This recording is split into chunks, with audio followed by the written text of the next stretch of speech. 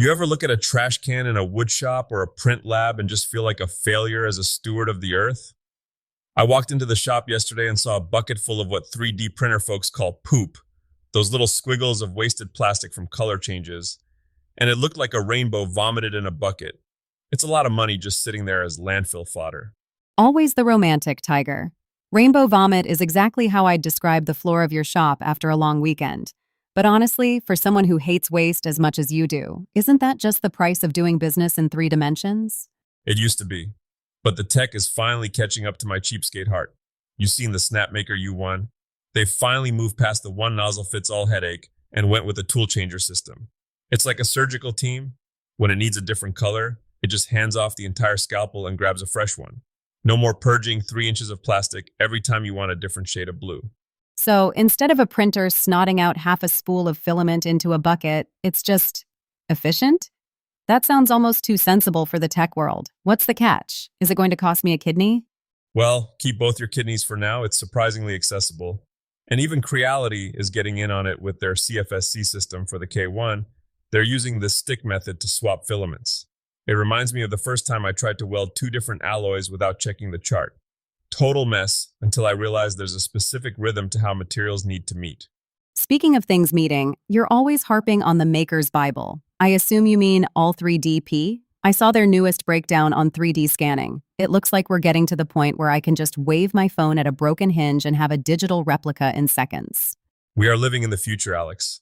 I used to spend 4 hours with a pair of calipers and a prayer trying to reverse engineer a bracket for an old tractor. Now, you scan it, tweak the mesh, and hit print.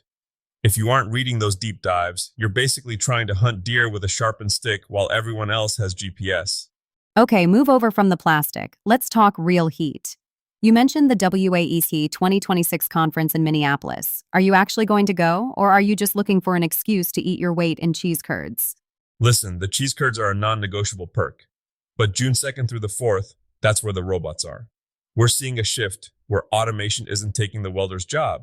It's just taking the back-breaking, lung-clogging part of it. The American Welding Society is showing off tech that handles the repetitive stuff so the human can focus on the art of the join. I'm guessing that's where the money is. I saw the Welding Journal report on the CWI, the Certified Welding Inspector. Is that the I've chased the dragon long enough and now I want a clipboard phase of the career? It's more than a clipboard, Alex.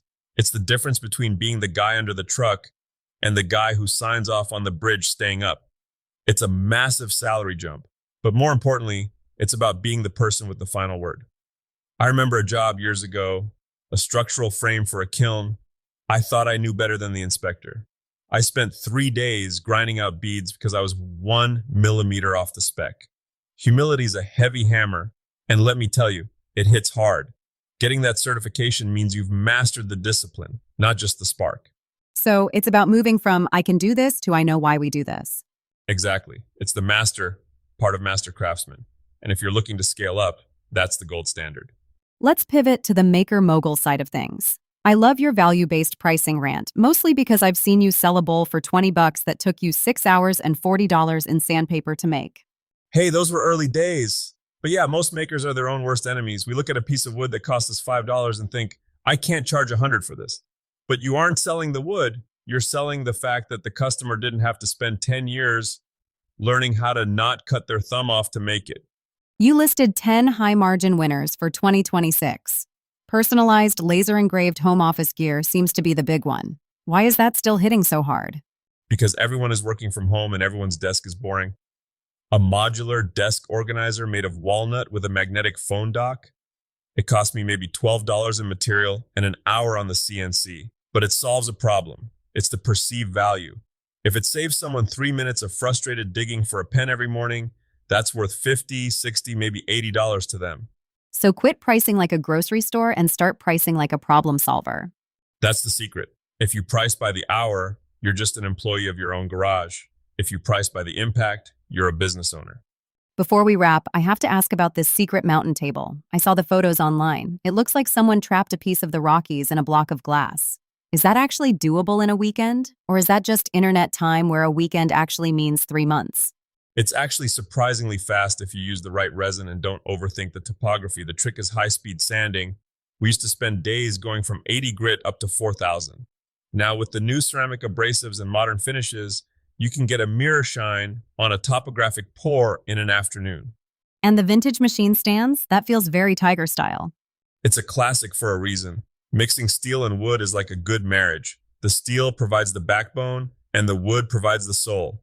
It's the perfect home for something like that snapmaker we talked about. Putting a high-tech tool on a stand that looks like it was salvaged from an 1890s textile mill. There's a poetry in that. So, what's the one thing people should take away from today, besides the fact that you're a closet poet? I'd say it's this. Stop waiting for the perfect time to upgrade your skills or your prices. Whether it's getting that welding certification or finally charging what you're worth for those laser-etched coasters, the gap between hobbyist and professional is just a decision to take your sweat seriously. Don't waste your plastic, don't waste your time, and for heaven's sake, don't undercut your own talent. Well said. I'll go find the resin. You go find the mountain. It's a deal. Catch you all in the den next time.